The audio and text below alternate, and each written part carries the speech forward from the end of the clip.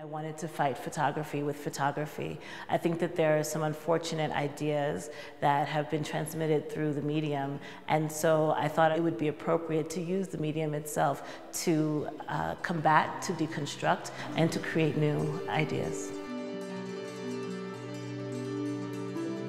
I am Ayana V. Jackson, and this is my show, Invisible Threads Are the Strongest Ties.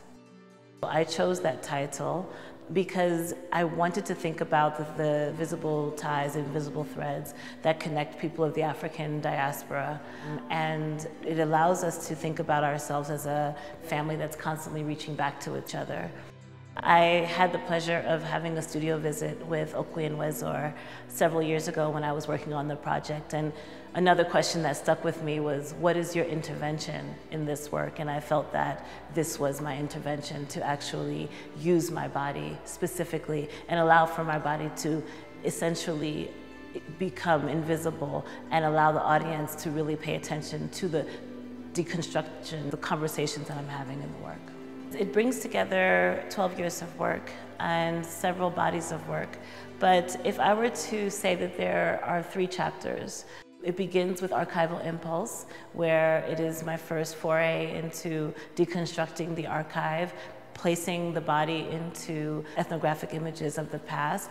And I realized that you have these images of the semi-nude person on the savannah, the bare-breastedness. You also had city women at places like Spelman College, where I discovered photographs made in the 1880s of women in Victorian dress. So that shifted me into the next phase, which was the becoming subject, intimate justice, in the stolen moment. I would also include Dear Sarah, and these are basically looking at women of a certain epoch who were able to be seen dressed in the fashion of the times.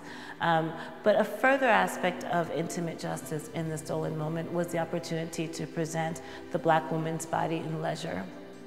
I think that when we focus heavily on servitude and enslavement, we think about the Black woman's body in that period of time as a laboring body, as a body doing difficult work. But we forget that to be enslaved or to become a servant is not a permanent condition. It's a state of being. It's a vocation. The third moment in this exhibition would be where we are now, You Forgot to See Me Coming.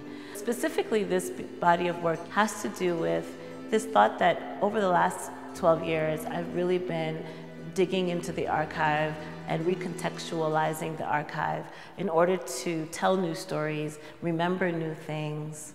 Because if we do that, then we would never look at images of Black and brown women during the Mexican Revolution holding arms at battle.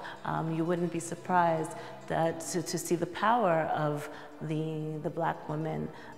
So You Forgot to See Me Coming is kind of a bit of an ironic moment, or a way to kind of dig at the past and say, if you hadn't reduced me to this phenotype, this skin color, you would have seen dynamic aspects of who I am. You would see the power that is harnessed within our blood and in our experiences.